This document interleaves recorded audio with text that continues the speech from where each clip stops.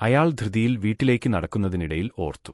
പണ്ട് രാത്രി കടലിൽ പോയി വരുന്ന മീൻകാരെ പിന്തുടരുന്ന പള്ളിയത്ത് ഭൂതമുണ്ടെന്ന് പറഞ്ഞു കേട്ടിട്ടുണ്ട്. ആ കുളത്തിൽ കണ്ടതും ഇപ്പോ ചെവിക്കരികിലെ നിശ്വാസവും തന്റെ മീനിന്റെ പുറകിൽ കൂടിയ പള്ളിയത്ത് ഭൂതത്തിന്റെ ഇഷാറത്ത് വല്ലതുമാകുമോ? മനസ്സ് പെടപ്പെടക്കാൻ തുടങ്ങി. അപ്പോൾ ആ പരിസരത്തെക്കുറിച്ച് അയാൾ ഓർത്തു. പേടിപ്പിക്കുന്ന സ്ഥലമാണ്. വലത് ഭാഗത്തായി ഒരു നിസ്കാരം പുരയും അതിനോട് ചേർന്നുള്ള ചെറിയ ഒരു കുളവും ഉണ്ട്. അയാൾ മെല്ലെ തിരിഞ്ഞു നോക്കി. അവിടെ കൂട്ടിയ തേങ്ങിൻ മടലുകൾക്ക് മുകളിൽ എന്തോ അനങ്ങുന്നു. സൂക്ഷിച്ചു നോക്കിയപ്പോൾ കണ്ടു ഒരു കറുത്ത രൂപം, കുത്തിയിരുന്ന് തന്നെ നോക്കുന്നത് പോലെ.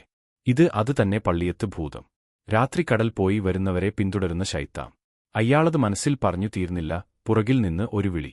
ലാ കുന്നി കുന്നി നിന്നൂക്ക് ആ കൈയിലുള്ള മീനിന്റെ തന്നെച്ചും പോ.